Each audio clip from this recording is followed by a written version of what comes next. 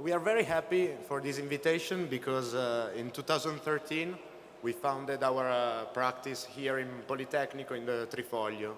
So from our birth to now it's a very short path. Today we will present you a short selection of projects we did so far and with a focus on the theme suggested by our invitation that is halfway between sustainability and climate changes and how to deal with it. A very broad topic. Let's start with a selection of books. On the left, we have one of the most interesting and scaring book ever written. It's The Limit of Growth, promoted by the Club of Rome in 1972. And published by MIT. To be very synthetic, the message of the book is very simple.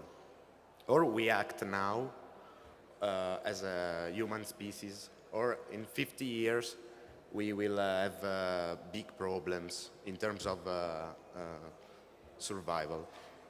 The interesting thing is that an entire generation wrote this book and then forgot about it. Some of them are dusting it off now, but actually the only real achievement, concrete achievement of this book is the fight against the hole in the ozone. As you all maybe know, in 1928 the chlorofluorocarbons were introduced and the hole in the ozone started growing. And it took us 50 years to discover that the CFC, the chlorofluorocarbons, were extremely damaging. So basically, from the 74, we started signing a useless protocol. Basically, it took 100 years to the human species to understand that chlorofluorocarbons were damaging.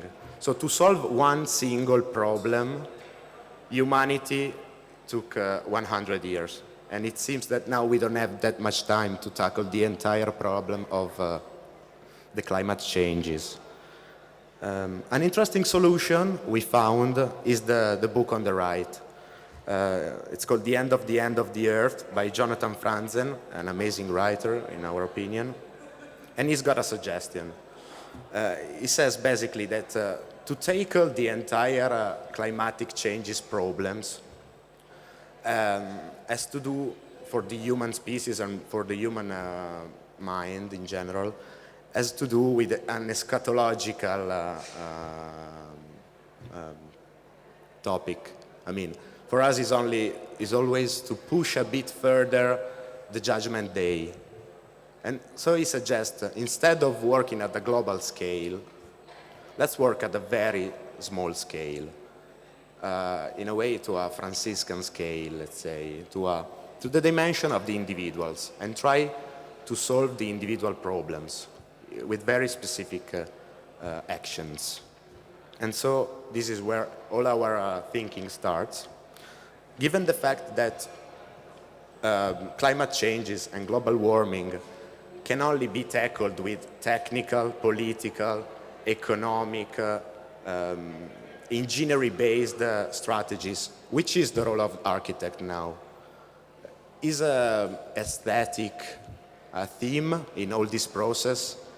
But most important question is, which is the shape of sustainability? The project we are going to present you now are split into different chapters. So as I said, on the one hand, we have a project related to the individual, skipping away community, and the other half is related to post-human projects. So in a way, forgetting and not even thinking about human species. And Claudia now will present you the first part. Thanks.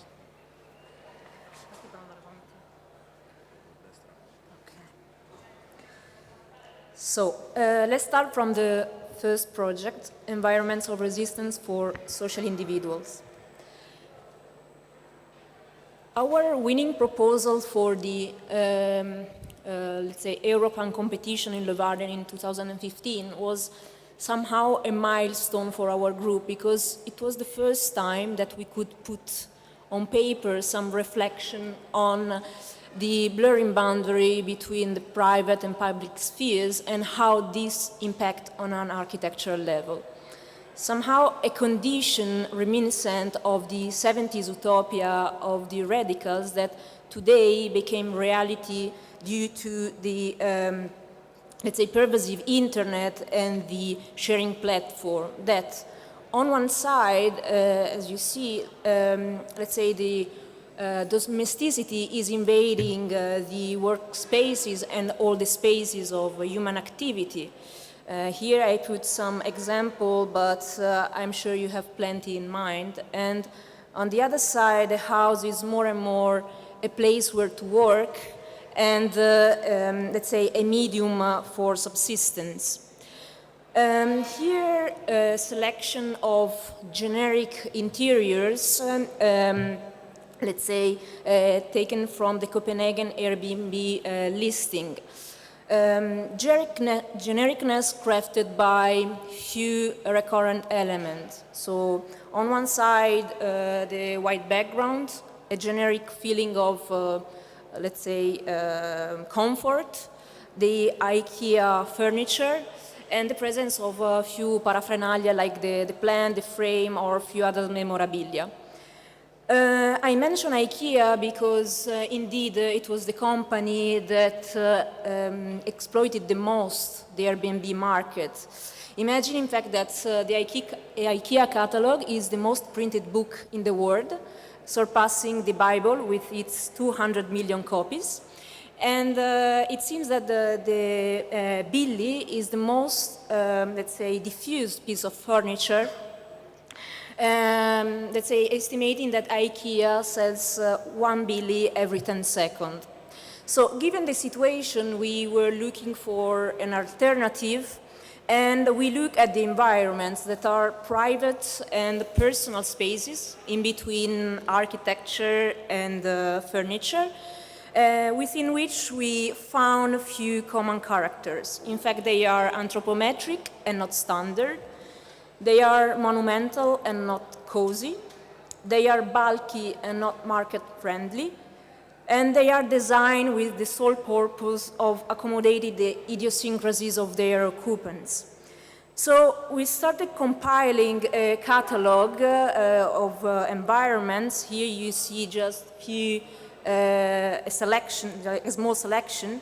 And within it, we kind of define few archetypes that then we decided to redesign. So here you have the conversation pit, the bath unit, the meditation room, the game pot, the pregadio, the boudoir, and here all of them as counterpart of a generic interior. Japri Amour is the project we presented the last Chicago Biennial in 2017.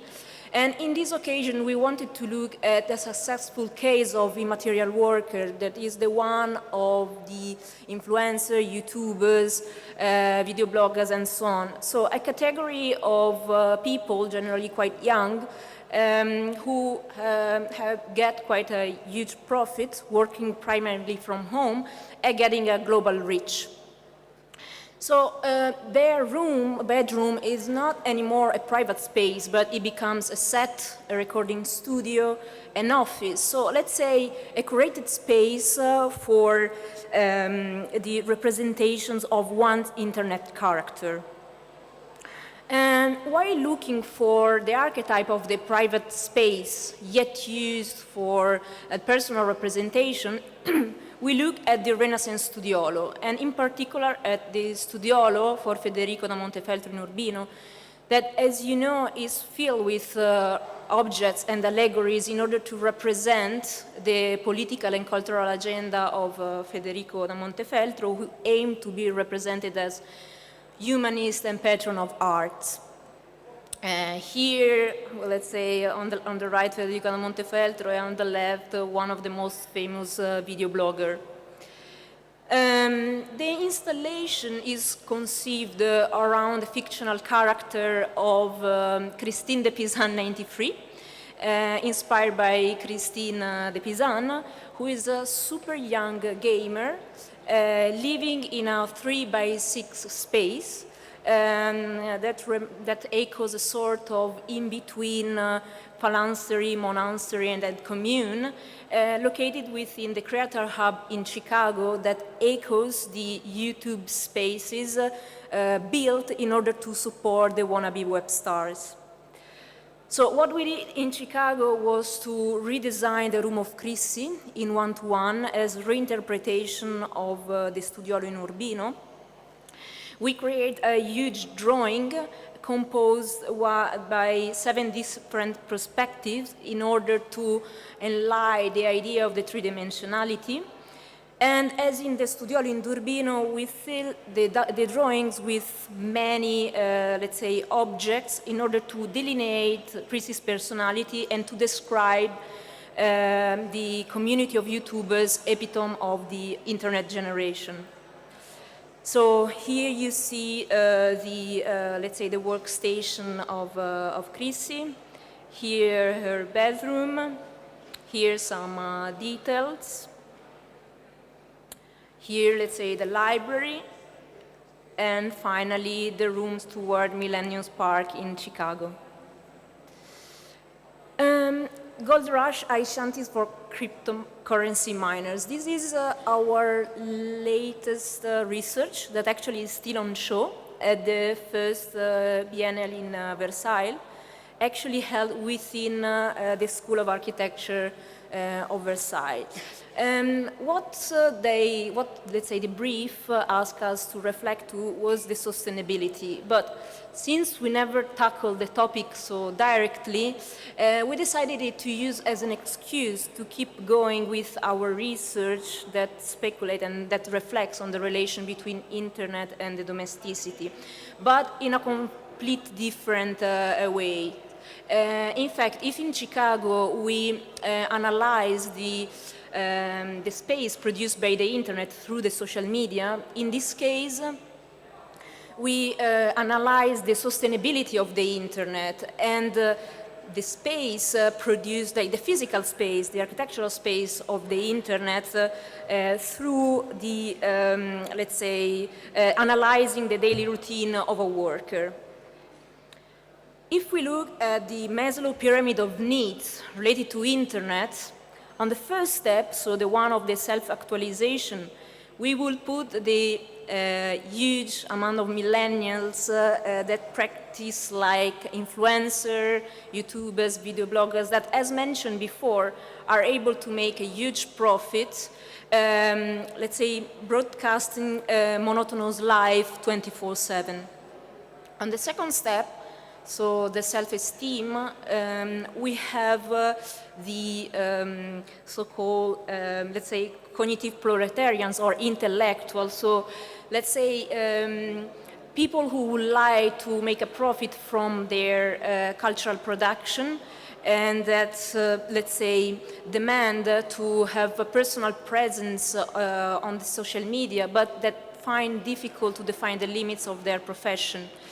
And then on the third step, so the safety, we put the, let's say, the contemporary miners, or let's say blue collars 2.0, that is the category we were interested in this research, that was echoes a sort of digital gold rush. Anyway, what we see in all these three categories is a sort of dematerialization of the profession that impacts on the domestic environment. In 2009, Satoshi Nakamoto invented the Bitcoin and the blockchain.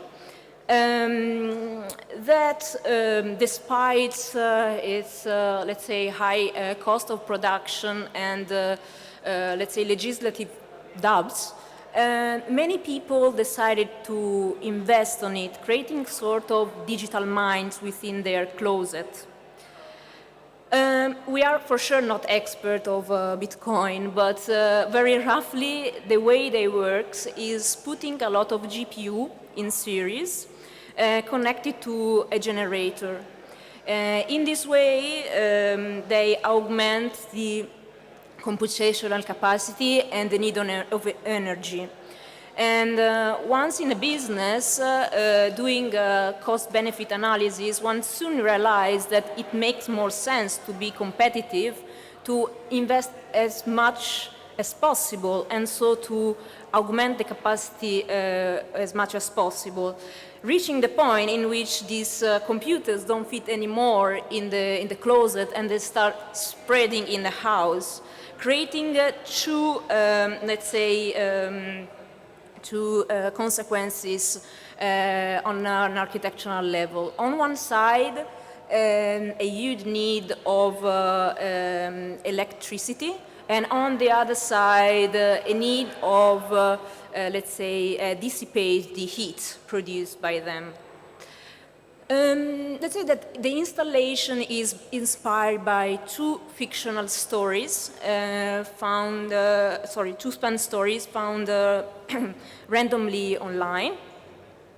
And the first one is the one of a Siberian couple who, let's say, had the brilliant idea of using the excess of heat produced by the Bitcoin in order to heat small dwellings. In this way, they become completely self-sufficient, and actually they earn an average of $430 a month from the Bitcoin.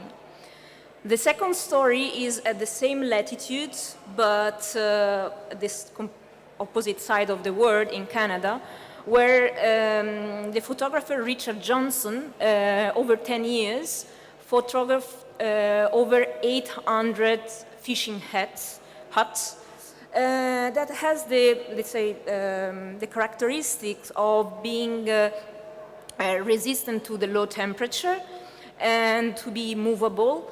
And as you see, they are so different in forms and shapes.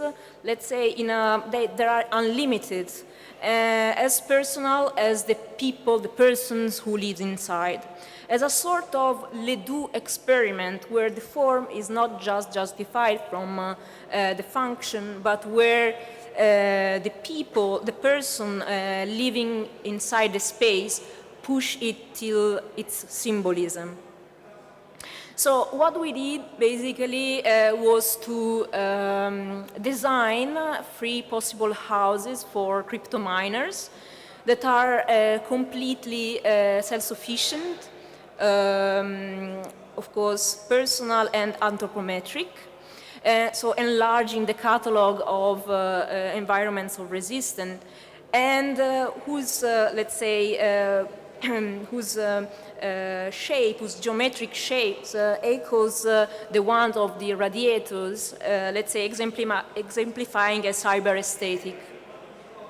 Here you have 3 views of, like, quite schematic and of the interiors, and here the panorama, let's say an Arctic panorama where the 3 houses are hypothetically located.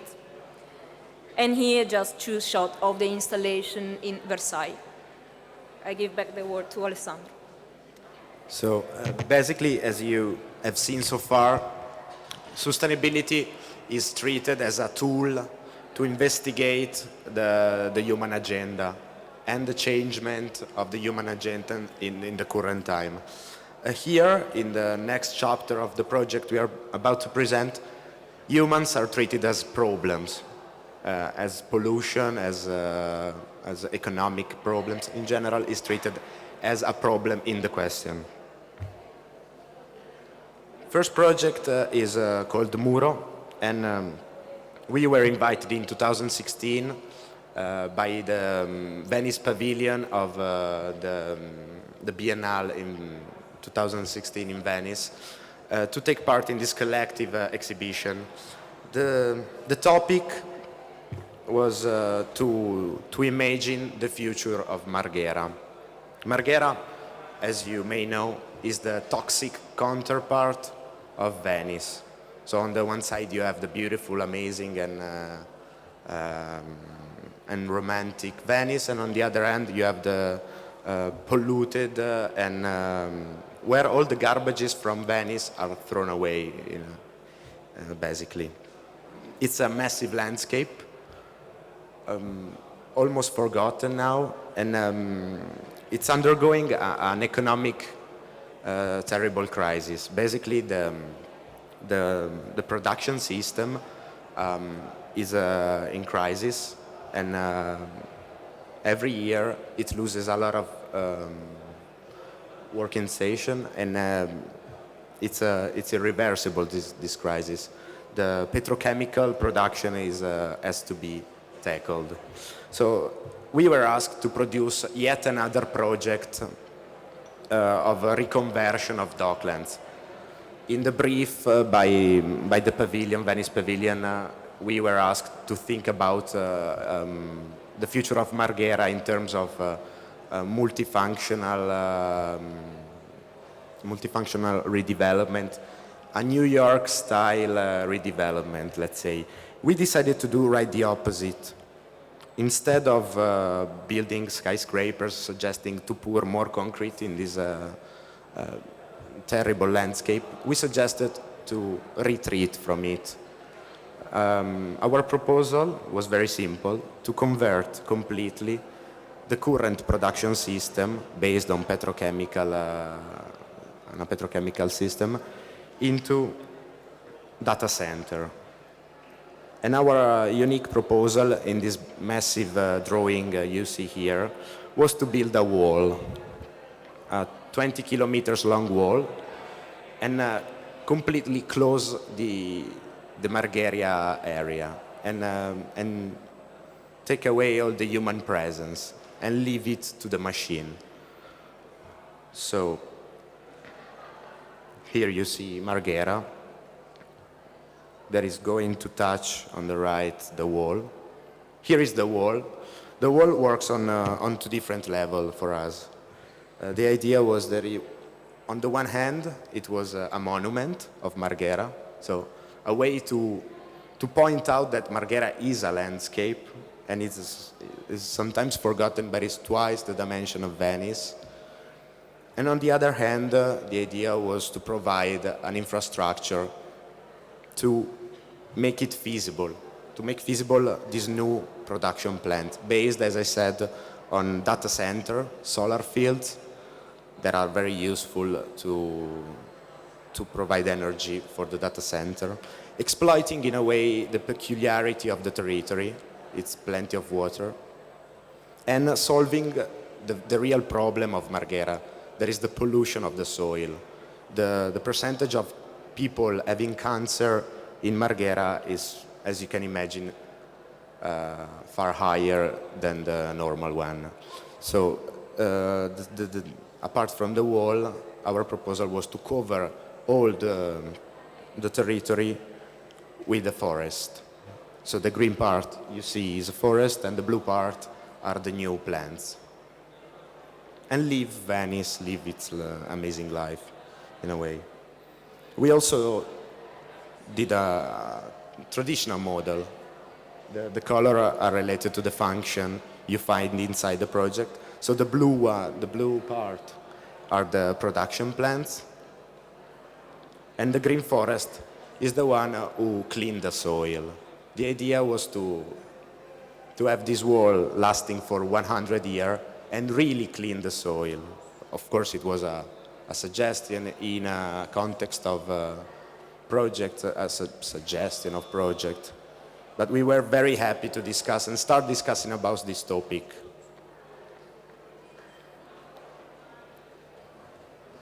Shifting to another project that we discovered soon, a bit earlier, let's say. In reality, we already have this zone of exclusion. The unfinished public building you will see are in a way already natural reservoir where the human presence is pushed away. Here in the unfinished public buildings you will see humans are not allowed to get inside, or at least, let's say, they don't even want to get inside. We started this research in 2015, invited by Alterazione Video. There is a collective of artists based in Berlin, Palermo, New York, and Portugal now. And the story of the unfinished public building started here, in Giarre. In 2008, Gabriele Basilico was invited to take this amazing picture you will see. It's one of the last set of pictures he took before dying. And Giarre is an anonymous town in the eastern coast of Sicily, close to the Etna, in the northern part of Catania. 27,000 people living there. And in 2008, there were 13 unfinished public buildings. And this is the scale of the unfinished public building you can still find in Giarre. This one is a multi-purpose, let's say, center. There is quite a generic name to call, in this case, a theater, abandoned from the 1985. Sorry. Sorry. But that's the most beautiful piece of unfinished public building in Giarre. It's the Polo Stadium. As you can imagine, in Italy, we have 3 polo teams. One is in Milan, one is in Rome, and one is in Naples. A polo team never went to Sicily, and of course not in Giarre. So basically, in the 85, they built a polo stadium for 25,000 people in a city of 27,000 people. One of the most democratic stadium ever. As I said, the multipurpose center. The Chico Mendes Park, built in the shape of a pyramid. An Olympic swimming pool. The history says that it was 1 meter shorter than the necessary, but actually it isn't. It's just the mythology related to this to this building. And then we have the market flower. As you can see, it's very, very humble. It looks like a garage, and now actually it is used by the municipality to park their car. But when we went through the project, we discovered that the original project was this one. So one of the biggest flower market in Italy, where actually in Giarre they only grow kiwi. There are no flower there. And see the beautiful shape also. We had the opportunity to interview the architect, and he was very, very sad that they didn't realize the market in that shape, like a foro. And finally, the track for radio control cars, that you have to have a radio control car track in your town. It's compulsory in a way. The phenomena was discovered by the Gabibbo. The very first one who went to visit an unfinished public building in Italy is the Gabibbo in the 93. It's very sad, but that's the story. And he's still, Striscia la Notizia, is still the one who knows most about the unfinished public buildings. So in the 93, Gabibbo went to visit the Aurelia bis, and he found out that it was jumping into a cemetery. Only in 2008, Incompiuto Siciliano was born. Incompiuto Siciliano was invented by Alterazione Video, the collective of artists we showed you before. So it took quite a long time to grasp the attention of people. And Incompiuto Siciliano was the first observatory to gather information on internet. So you were allowed to link on the website and send your info about public buildings in Italy. We had to wait until 2012 for a government to start thinking about the problem. So for 20 years, basically, unfinished public buildings were visited only by a red puppet and a collective of artists. It took quite a long time for government to draw the final list of this building, and we were lucky with Monti. So we decided that in that precise moment to mix the many catalog we had. For the very first time, we had a real catalog, a proper catalog by the government, and we took the Striscia la Notizia one and we mixed it together. What we discovered was that the two catalogs were very different. So we had double the number of the unfinished public building we were imagining. And this is the synthesis we got to. Basically, we discovered 696 natural reservoirs, let's call them like that, all around Italy. Among them, we have 52 residential buildings, 17 hospitals, 6 lifts, big lift, 2 waterways, and of course, 1 Polo Stadium. The capital of the incompiuto is still Rome, as usual. And this is the map. So if you take away the geography and the topography of Italy, you still have Italy. And you can imagine that it's a phenomenon related only to the southern of Italy, but actually, even in Valle d'Aosta, you can have unfinished public buildings. You have a train, you have a dike, even the very productive Trentino Alto Adige has an unfinished public buildings. So we are still united under the flag of the unfinished buildings. Last year, with all this catalog we gathered, we were working on the catalog, on the physical catalog, and Alterazioni Video, the collective of artists, was taking picture. We decided to come out with a book. The book is, I'm sorry for this product placement, but we are trying to sell it also.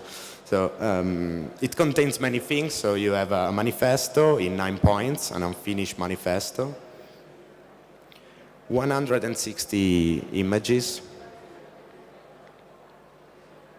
a lot of maps, regional maps, a logbook, because apart from a book, it is also the story of an amazing tour around Italy. The Bel Paese has been catalogued from another point of view. And a series of text by many friends. So we had the opportunity to talk with Marco Auger. We have also the beautiful picture by Basilico. We have a fantastic text by Wu Ming, Antonio Ricci also, that is the father of Gabib. Paul Virilio, sorry, he is not a photographer, we know. Lulu Orlando, Marco Biraghi from Politecnico, and Salvatore Settis. To get back to the point of the discussion of today, now we have this catalog, as I said, of natural reservoir, post-human natural reservoir. And what are we going to do next?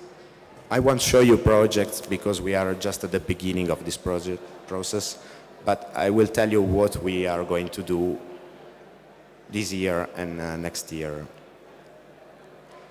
What we are going to work on is a catalog, a smaller catalog of unfinished public buildings that we in a way call pure unfinished buildings. There are all these buildings that cannot be completed because there's no point in complete them. for example, the Polo Stadium doesn't have to be completed, because no polo team will ever run in that Polo Stadium, so which is the point in ending that massive structure? And on the other end, we have all these buildings that are impossible to be demolished. Some of them are so big that are extremely expensive to be demolished. So municipality, they do not even money to tear them down, in a way. And basically we have this limbo. There are the one we love, the pure in computer. But the effort are, as you can imagine, massive. So the first challenge is the dimension. Some of them are so big that when you start thinking, I mean, as an architect, it's very easy to produce a project, to produce an idea. But when you face these kind of buildings, this viaduct, 20 kilometers long, which can be the proposal? Which is the project to face it? Another theme is function. Unfinished public buildings, they, in a way, are built in the shape of something. The Polo Stadium is built in the shape of a Polo Stadium, but actually it is a roof. The swimming pool is built in the shape of a swimming pool, but there has never been water down there. So when you think about function, which is the function, the future function for such a building? This one in particular is here in Milan. You can go there. It's called Centro di Calcolo for the railway station. It was supposed to host computers, but then computers started growing smaller and smaller, so there was no need for such a big building, and it was left unfinished. It's a massive block of concrete, and the question, and there's not even a door to get inside, so which is the function, or the future function for this building? Another challenge we are facing working with the building is the process. Is there any point to restart a process that led to such a problem? So do we need to restart a top-down process to reactivate such a massive waste of money? Like, for example, the Calatrava swimming pool for the swimming world game in Rome. They are all open question, of course. Another challenge, I don't have many solutions, I have many questions. We all have many questions. Who can be the owner of an unfinished public building? Because we know they are public, they have been built with public money, but actually they are not public at all. This dike in Blufi, in the Madonie, in the heart of Sicily, is public, built with public money, but is owned by the one who built it. So the company who built this fabric. And actually, if you want to touch this building, you have to pay a fee to the guy who still are waiting for their money for the completion of the building. And it's 500 billion euros, million euros, more or less. So if you touch it, you have to pay quite a lot of money. And the final question about working on this building is the fact that they are completely forgotten about the population. This one is the railway station in Matera, connecting Matera Scalo to Ferrandina. Matera Scalo, of course, is in the middle of nothing, close to Matera, and Ferrandina as well is 15 kilometers away from Matera, in the middle of nothing. And this railway was completely forgotten, but actually you can walk on it for the whole 15 kilometers. It's an amazing path in the landscape. It's already a project. The project is already there. You don't even have to pay money to reactivate it. You simply have to work on it. So we are working now on these buildings with alterazioni video, and we are trying to, in a way, to say that the project is already there. They are already natural reservoir.